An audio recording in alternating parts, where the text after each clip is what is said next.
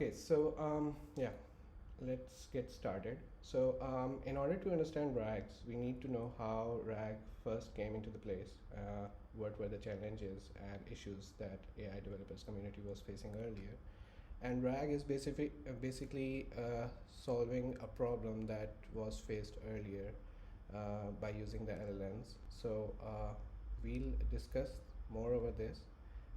But for just an overview of just generative AI. So generative AI is specifically a subfield of artificial intelligence which focuses on creating the new data by looking at your existing data set. And the concept of multimodality introduces over here. So generative AI if you're talking about the generative AI and specifically it's creating a new data, so it can be anything. It can be text, it can be code, it can be audio notes, it can be images, it can be anything. So basically here is the concept of multimodality, as you might have heard it about earlier.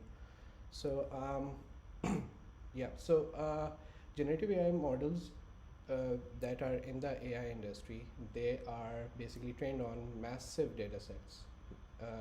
Let's suppose that if you talk about, you might have heard about GPT-4 being trained on trillion parameters, Gemini being trained on million parameters. So that is the massive data set that is on the internet, and the generative AI models are using those. And specifically what generative AI model does is that it analyzes these patterns in the data set. So by analyzing these patterns, it can generate entirely new, but it would not be identical to the data they were trained on, but they were be similar to the data set they are being trained on. So specifically, if you talk about the LLM side or day to day, if you are communicating with the GPT, so you might have seen that the query that you are sending as an input to the GPT, it approximately gives you the result according to your own query. So that is basically creating new outputs based on the relying data, but it's not identical to the input that you are giving it to the system.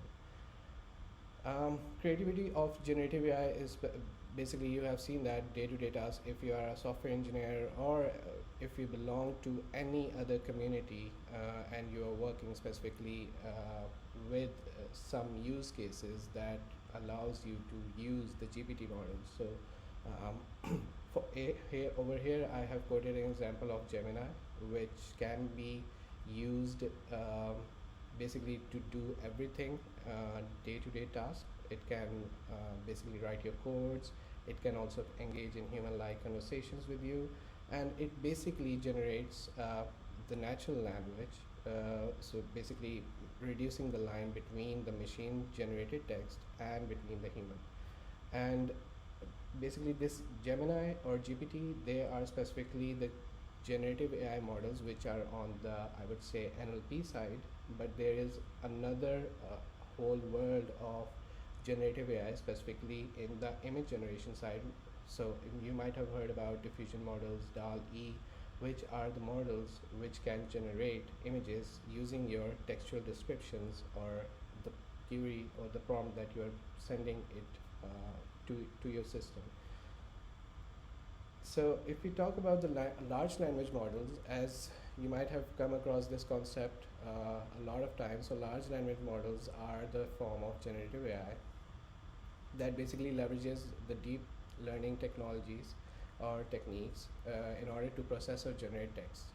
And LLMs are basically a combination of unsupervised learning, and basically it also inherits the self-supervised learning, where not all of your data but some of your data is labeled in order to refine the model's capabilities or the question and answers. So if you have been working with LLMs or RAGs or any type of NLP problem, you might have seen that the outputs that you need to get from your models are not that much accurate. So in that case, what you need to do is that you need to train your LLM in order to learn from how which type of responses you need to have according to your use cases. So that is where the self-supervised learning concept comes in. And basically the large language models are trained on the unsupervised in an unsupervised manner, where you do not have the labeled data set, and it's an unstructured data. And yeah, so these are the two concepts that are basically the foundation of the large language models. In order to understand the large language models, you need to look into the transformer architecture, which is basically the building block of the LLMs. If you have been in the AI industry for the past, I would say 4 to 5 years, you might have worked with RNN if you are working in a problem that is related to an NLP. So the main traditional problem with recurrent neural networks was that it could not handle the long range dependencies in sequences, due to which it basically struggles to maintain a complex relationship between the word and the next word, and so on and so forth. So transformers introduced this amazing mechanism which is known as the self-attention mechanism. Self-attention mechanism is something that in which the model analyzes that, let's suppose that there is a word, and how can I create complex relationship with the other words in coming in the sequences. So basically the long range dependency issue that was being faced earlier in the domain of artificial intelligence, transformer solves that uh, by incorporating the self-attention mechanism into the neural network structure. So mechanics of LLMs are really simple. There is a tokenization method in which if you have a sequence of words, you can basically tokenize it. And tokenization in the LLM, so if you have been working with NLP, you might have seen that tokenization always splits the words based upon the spaces and etc etc. But the tokenization in the context of LLM is somewhat a different concept. It can be words, it can be characters, it can be anything. But yeah, so basically OpenAI on its forum says that approximately 4 to 5 or 3 to 5 characters are considered as a token. So the next process is to generate the embeddings. So basically each and every token that you have which was part of your sequence can be converted into an embedding, and basically the process of the embedding or the functionality of the embedding is to capture the semantic meaning of the token, which are used afterwards in the LLM pipeline. So the layered processing is somewhat specifically related to the multiple layers of the transformer. Each layer consists of the self-attention mechanism in which your input goes down via the pipeline, and basically it creates complex relationships or representations of the input data. And the output generation is basically what the what is the capability of the LLM to output the token. So basically output generation is somewhat like if you have input a word or a sequence or a query that is being processed by LLM. So what LLM does is that it calculates the probability of the next token, that what should be the next token based upon the token that I have just generated. So these are the mechanics of LLM through which we can basically solve a lot of use cases in the AI domain. So these are the parameters of transformer based language models. If you talk about BERT, which was earlier used in the domain of artificial intelligence, that was used basically the parameters that were the BERT were trained on were 345 million, and now if we talk about the latest GPT-4 model that is being trained upon more than 1 trillion parameters. So you see that how much massive data set is being input to the LLMs in order to get them trained, and in order to generate the responses accurately. This is basically related to the developers community, where if you are working with chatbots or LLMs, or you are working with RAGs, you can obviously go to the Hugging Face and look into which LLM is performing the best these days. So they provide you certain metrics. You can choose the metrics according to your own need, which serves your own use case. But yeah, as you have seen that GPT-4o latest outperforms every LLM that is currently in the industry these days. So, most of you who are from the developers community, and you might have come across this problem that which model to choose. Either you are developing an RAG or any other application that is dependent upon the LLM. You might have come across this problem that which model should I choose? Should I choose OpenAI model? Should I choose the Gemini from the Google, or should I choose the Claude from Anthropic? So on and so forth. So there are many points to this, but just to summarize it, I have kept it simple. So basically, um, what you can do is that you can basically decide between that if you need a open source model versus a commercialized model. The basic motivation behind is that commercial models are obviously paid. If you're working with a company or with certain clients, then you might need to switch it to the commercial versions because they are the ones that perform the best. But there are also open source, like just for example, the Llama by Meta. The basically it's an open source model and it performs quite well. So there are certain classes to this, but you can obviously choose which are which fits the best to your use case. The next point is best of breed. Let's suppose that you have seen that GPT has released a lot of versions of its own chat GPT, like 3.5 turbo, 4, 4.0, etc., etc. So you need to decide over the use case that what kind of model. Obviously, the GPT-4 provides you a lot of accurate responses, but the it comes with more of the cost as compared to the GPT 3.5 Turbo, and so on and so forth. So you need to decide this on your use case. The next point is obviously the cost efficiency versus the overkill. Let's suppose that if you have a use case that can be solved using an SLM, which is a small language model, and obviously you don't need to incorporate a large language model into your application, so because it's an overkill. So you need to decide on what should be the cost, what should be the size, and how it's going to serve your application, and obviously the accuracy. um, you can maybe try and test it out. These are the top LLM providers.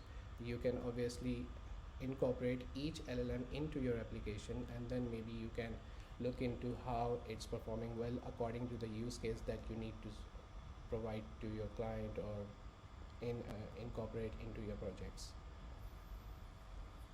So there are some challenges of LLMs. So the first one is the hallucinations part. You might have seen that if you're communicating with an LLM, it might hallucinate.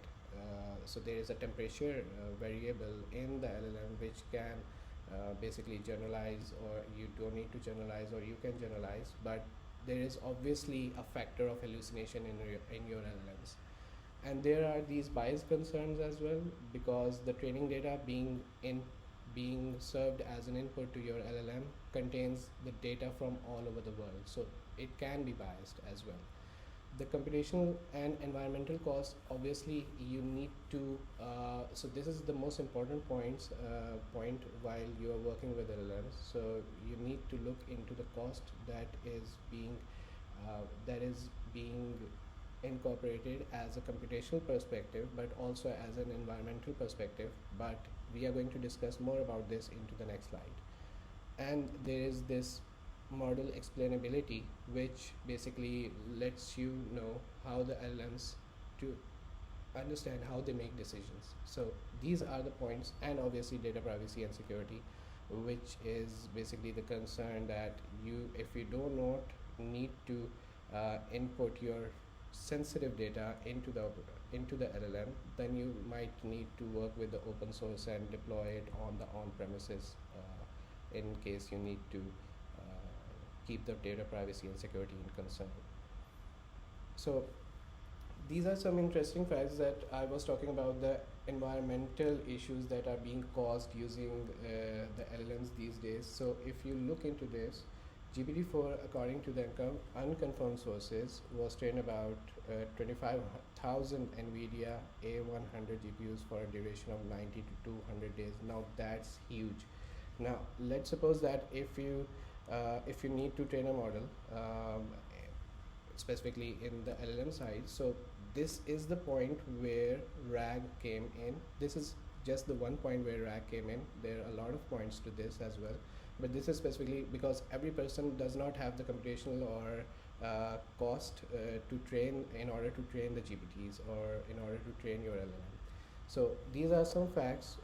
So let's suppose that the electricity consumption for training a GPT is huge, and the training of GPT for incurred the cost of around $63 million. So it's basically environmental hazard as well. It incurs a lot of cost as well, but obviously it has its pros as well. But if you're working with specifically in the generative AI side with the LLMs or the diffusion models, you need to incorporate these points in order if you want to work with the LLM specifically.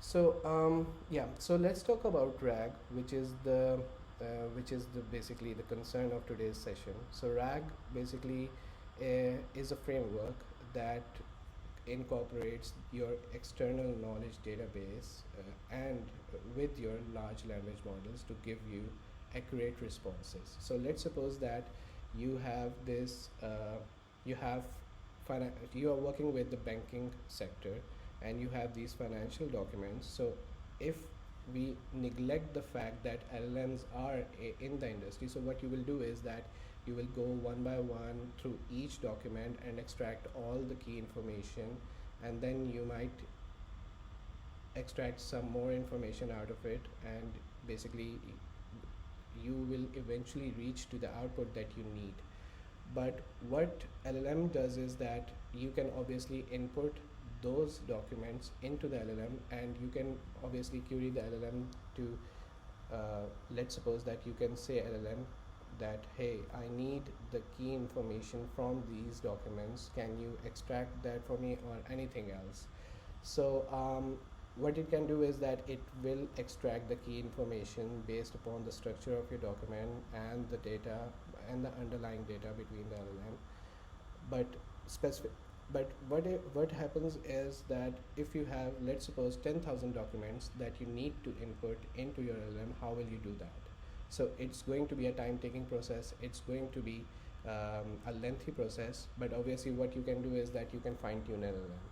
So fine-tuning comes with a cost. So for this reason, we have this retrieval-augmented generation concept where you can join the external knowledge base with your LLM in order to curate certain responses that might serve you in your use cases that you need to solve. So RAG also, the major point of RAG is that it also reduces the need to continuously train the model on the new data. You just need to append the data rather than training an LLM on the new data again and again. So this is where RAG helps you a lot. This is the simplest architecture of RAG. So basically, if you have this, so in the RAG, you have these certain main components. There is this retrieval model, there is this ingestion pipeline, there is this generation pipeline as well. So over here, if you look at into this is a pre-trained LLM, which obviously contains a lot of data set and it's being trained on. So this can be considered as a Gemini or GPT-4 or any other LLM that is currently in the industry, AI industry these days. So so let's suppose that you are working with RAG.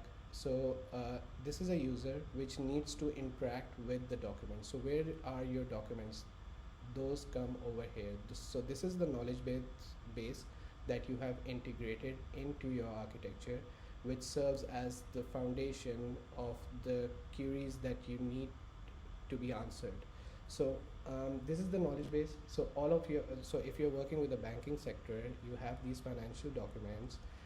All of those financial documents comes over here, and you have this pre-trained LLM over here. And let's suppose that you are an end user and you need to communicate with your documents. So what you will do is that you will send a query to your retrieval model. Now, retrieval model, what it does is that based upon the query that is being input from the user, it basically searches across the knowledge base that what are the similar or relevant documents against these queries. So once these are retrieved, so your query and your retrieved documents will go into the pre-trained LLM, and it will curate a response which basically serves your use case. Or obviously you can have and where does the accuracy lies? Over here, it's basically if you extend your knowledge base and you input a lot of documents over here, then maybe you have more accurate responses from this. So we'll discuss more on this in our workshop later on. But yeah, this is basically the simplest architecture of RAG and how RAG can serve your use cases. So the rationale behind RAG is basically RAG came in when the AI industry identified the limitations of the generative models. So generative models can hallucinate because they are trained on a lot of data, and they are outdated of the latest data as well. So this is where RAG comes in, because let's suppose that your financial documents, if you are working in a banking sector and your financial documents, LLM does not know about your financial documents. So if you need to extract any information out of those documents, so you need to have a RAG in place. So yeah, so the next point is the dynamic knowledge access. Basically what we are talking about, that it contains up-to-date knowledge, and it basically it's well suited for application that is basically dependent upon the accuracy and up-to-date knowledge. And enhanced relevance and precision, this is in terms of when you are talking about RAG. So basically it provides you a maximum precision with a maximum relevance, because the documents that are being served as a knowledge base, served as an input. So basically over here you can get maximum precision out of the documents if you want to chat with your documents and you need to extract some responses out of it. So specifically talking about RAG and MongoDB, so MongoDB will serve, you will see in the workshop that MongoDB will serve as basically storing all your embeddings into the database, but there are a lot of I would say a lot of frameworks that can serve over here. I chose MongoDB because it's obviously first thing, it's a NoSQL database and it's really easy to incorporate, and it's going to be really easy for you to understand in the context if we incorporate this MongoDB with our RAG architecture. So you might have gone through this MongoDB, but MongoDB is a popular NoSQL database which is known for its flexibility and scalability, and it can store a lot of unstructured data into it. And basically MongoDB, so the core functionality of the MongoDB is to store the binary JSON, store the documents in the binary JSON format. So yeah, so this is the MongoDB. And if you talk about RAG,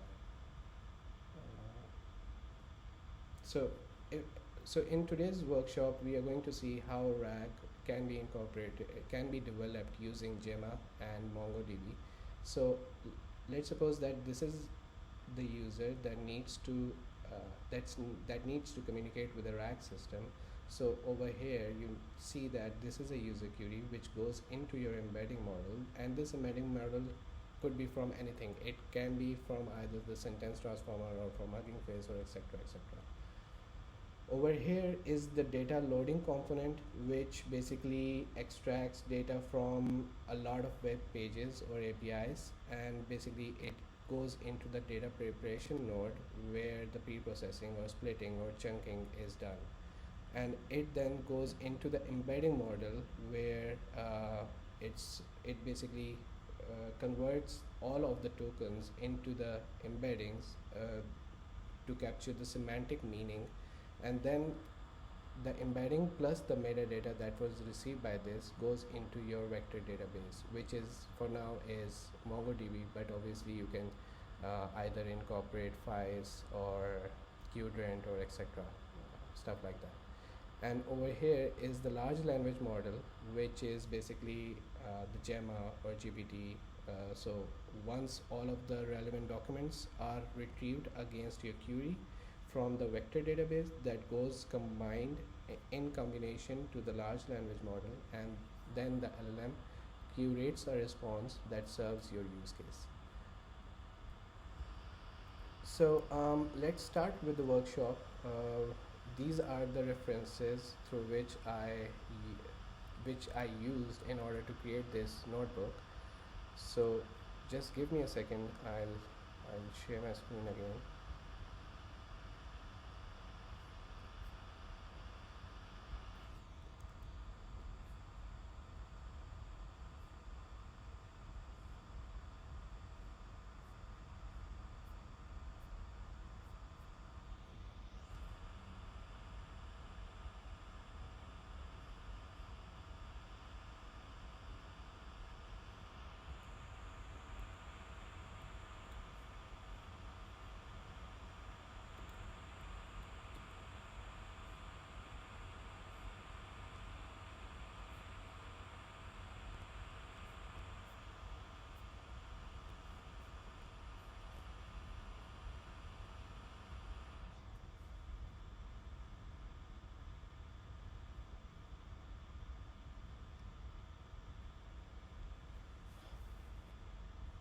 Okay, so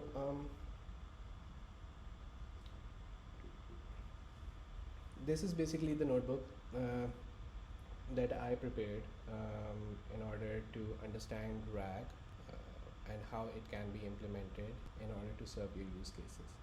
So in this notebook, we are going to use a RAG pipeline with MongoDB, and we are going to create a vector store programmatically, and we are going to look into some semantic retrieval techniques, and then at the end we are going to evaluate our LLM responses using the Gemma 2, which is the 2 billion parameters model. So over here, as I quoted earlier, that if you're working with the banking sector and you have these financial documents, so I basically created this notebook in order to so that you can relate it how you can obviously incorporate RAG into your own use cases. So these are some libraries that you need to install, because and obviously these are dependent upon the kind of frameworks that you are using. So these are some of the libraries that you need to install. This is basically the Hugging Face. It requires the Hugging Face token. So obviously you can go to the Hugging Face website. This is the URL that they have provided in order to generate the tokens out of it. So so the next step is to load the data and to prepare the data. Obviously this data set contains the financial documents, and obviously you can look into it, but I have created certain data frame head commands over here, from which you can see that which type of data is being used over here. So so this is basically the data set that is provided by the MongoDB, and this is basically basically all of the tech companies that are generating their own market reports. All of the data resides over here. So what we do over here is that we load the data set, and we take approximately 100 rows out of that data set, and we are basically printing those head. So I'm not going to go in much of these details. I'm sure that you can obviously look into this code, and you will know what is happening over here, and I'll share the link with you guys as well for this notebook and the presentation, so you can maybe have a look into it and let me know if you have any confusions and then we can deal it accordingly. So yeah, So over here in this function, what we are going to do is that we are going to combine the attributes. So let's suppose that if you have these reports, um, you can see that there is a company column, there is a sector column, and there is this reports column. So what we are going to do is that we are going to combine these attributes into a single column that is going to be basically served as an input to your embedding model, and eventually it will go into your MongoDB database. So these are the so basically what it does is that it picks up certain columns and it basically creates a new column where all of these columns exist as, and it is renamed as combined attributes column. So if you print this data set, you will see that there is a company, there is a ticker column, and there is combined attributes, which is the combination of these columns. So as we talked earlier, that you can use any embedding generation model. So embedding generation model is specifically used for converting your text into the embeddings, because you need embeddings in order to process further in your RAG application. So over here we are using this GTE large model, which is obviously uploaded on the Hugging Face as well. And these are two functions, which is one is related to the chunking, and the next one is basically to generate the embeddings out of your text. So what happens is that if you have a lot of words in your sequence, you cannot input that directly into your database. So you need to have a chunking mechanism in place. So there is a question that arises that let's suppose that if we convert a sequence into a chunk, that it might lose some semantic meaning, because obviously the sentence is in a sequence, and when it breaks, it can basically lose its semantic meaning. So what we can do over here is that we can use a lot of chunking methodologies. There are let's suppose that there is a recursive text splitter, semantic text splitter, and so on and so forth, in order to obviously capture the semantic meaning as well, while chunking your data for being served as an input to your embedding model. And obviously there are also new techniques like light rag, graph rag, that basically do not incorporate this chunking method, and they capture the semantic meaning, but that's a totally different concept. So in the get embedding function, what we do is that we take the combined attributes column and we process it iteratively, and we send it to the embedding model after tokenizing it. And what it does is that it basically encodes all of the chunks into a certain embedding, and then that embedding is basically appended in order to go into your vector database. So in this function, what we are doing is that we are duplicating the data. So let's suppose that you have this data set. Sorry about that. So let's suppose that you have this data set and you have this combined attributes column. So what you need to do is that you need to create a new data set in order to incorporate the embedding column into your data set as well. So this code snippet does exactly the same, that it creates a new data set out of it with the column of embeddings over here. So the next step is to create a connection with your MongoDB. So so if you are working with the MongoDB that is being served as a database in order to store your embeddings, what you can do is that you can go to, I have mentioned the steps over here as well, but you can obviously go to the MongoDB, create a new cluster. It basically provides you three options. You can also always choose to create a free cluster over there, and you need to follow some instructions that where do you need to deploy your cluster, in which region should it be, etc, etc. And then specifically for this use case, we are going to create a database that is named as this, and we are going to create a collection inside of that database, that is basically the market reports. So over here you need to pass the Mongo URI, which you can get using the Atlas UI or the Atlas CLI as well. And over here you need to input your password in order to connect to the test cluster, from which you can access the database and the collection as well. So the next code snippet relates to getting the Mongo client. So what it does is that it basically validates your URI and it basically connects to your MongoDB.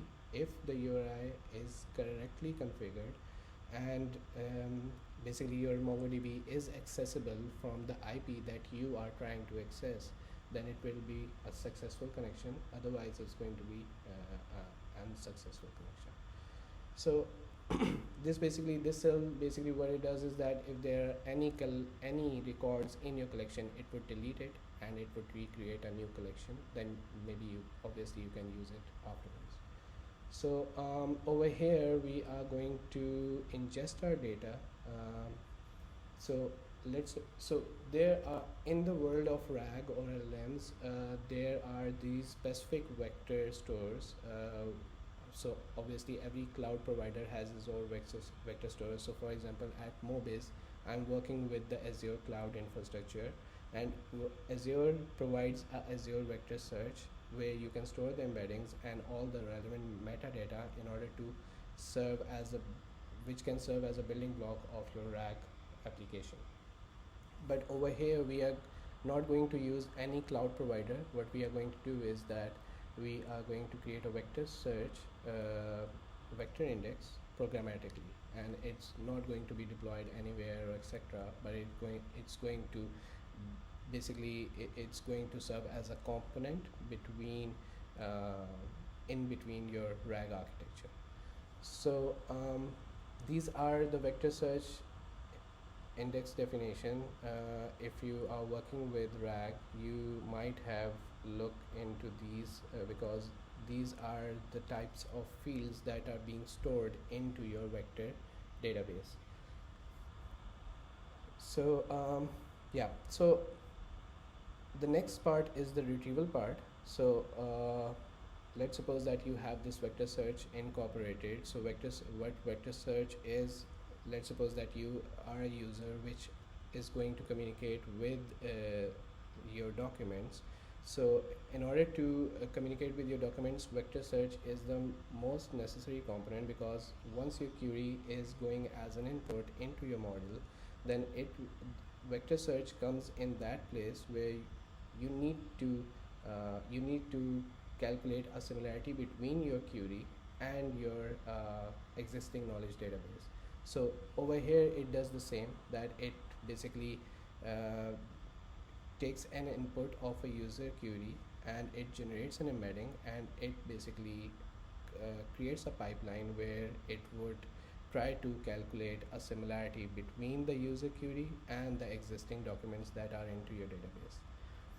So if you look over here, this is a get search result function, which would do is that it would take in account your query and the collection of the documents that are being retrieved, and it's going to basically perform a vector search where your query and all the collection of the documents are basically, it calculates a similarity, and upon similarity the maximum similarity comes above and it will generate a response accordingly.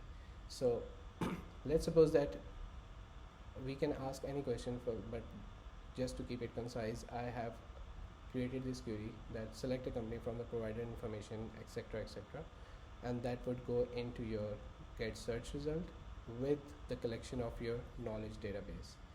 And once you have retrieved this, and you can obviously do a follow-up question as well, like over here, that we have combined this information with the query and the search results, and it's basically going to provide you an answer based upon the knowledge database that is underlying in your RAG application.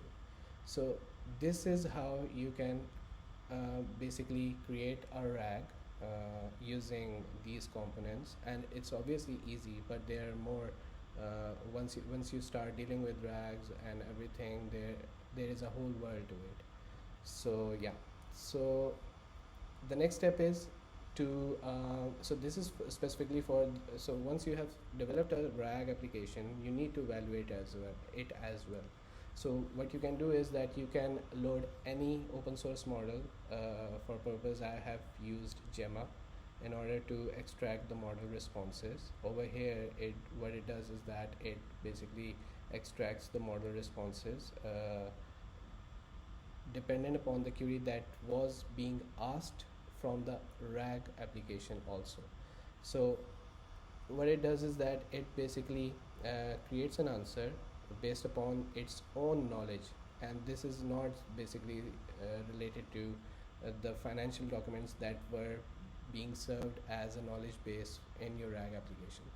So yeah, so the next step is the LLM evaluation, the generation component, in which you can use the metrics from the deep eval library.